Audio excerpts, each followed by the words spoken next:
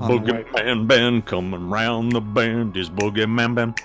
Is BoogeyMan band. Greetings, I feel the Fright Fiends. Thanks so much for stopping by the Horror Zone channel. I hope everyone's doing well. Today is another BoogeyMan unboxing video. This is something I got off of eBay.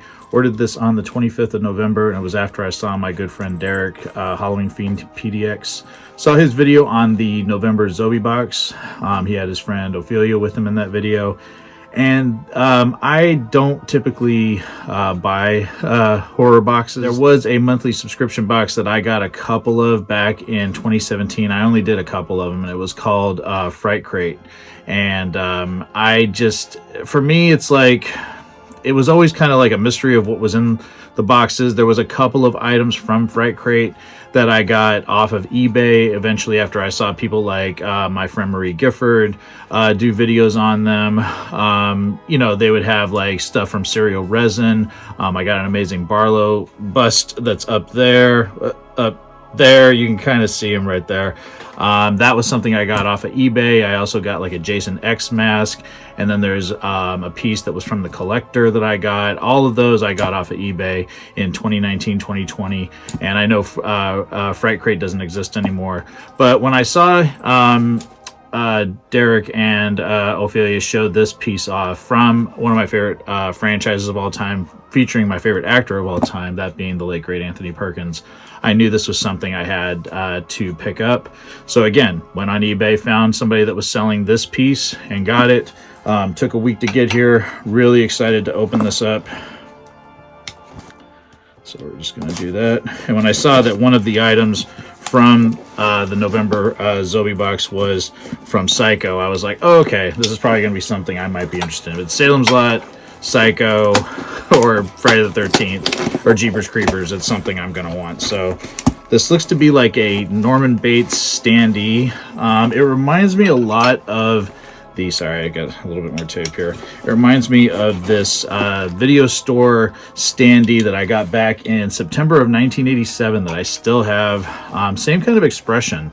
That was from Psycho 3. And I still remember telling my mom I wanted to see if the video store would give me that. She picked me up from Catholic school. I was in 8th grade at the time. She took me to the video store. I walked in. I asked the guy if I could have it, and he gave it to me. So it's like I've had it ever since. It was really easy. And I still remember the night before asking him, I had like this dream that he wouldn't give it to me. And I remember it was bothering me. All day at school was bothering me. I wanted it. That's all I could think about was that standee. Again, going back to 1987, we didn't have horror toys back then.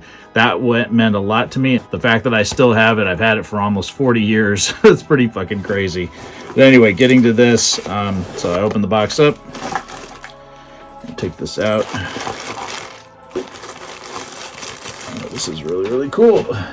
So here it is. You can see right there. Looks to be in great shape. It hasn't been opened. I'm gonna open it. I'm gonna figure out where I'm gonna put it. Again, that always is the challenge for me, even in the Horror Zone lounge, which has gotten really, really crowded. Even after taking the couch out and everything, it's still just lots of stuff. That's all I can say. So we're gonna open this up.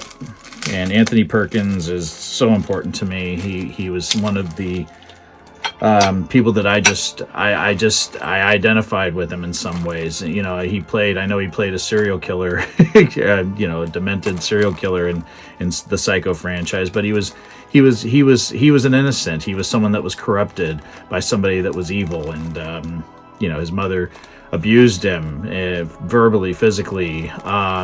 He was a tragic figure when I saw him, because the first time I was introduced to him was Psycho 2 when I was 10 years old. And I think the guy was brilliant. I think he was ahead of his time. I think he was unfairly treated by the industry. And I'm always saddened that he could never really be himself because of just the stigma of, you know, being a closeted gay man. I know he was married to Barry Berenson. He had 2 sons, Osgood and Elvis, but I've always felt like he was never able to be who he really wanted to be. And it always broke my heart. And I saw that, you know, that tortured man very, very distinct in especially Psycho 2, and it's my favorite performance of his and always will be.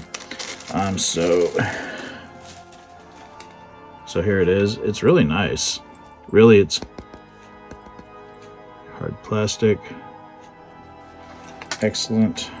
The little base on it. Hopefully it works. That's really cool. Took me a minute to get the base on it, but that's really, really cool. I love it.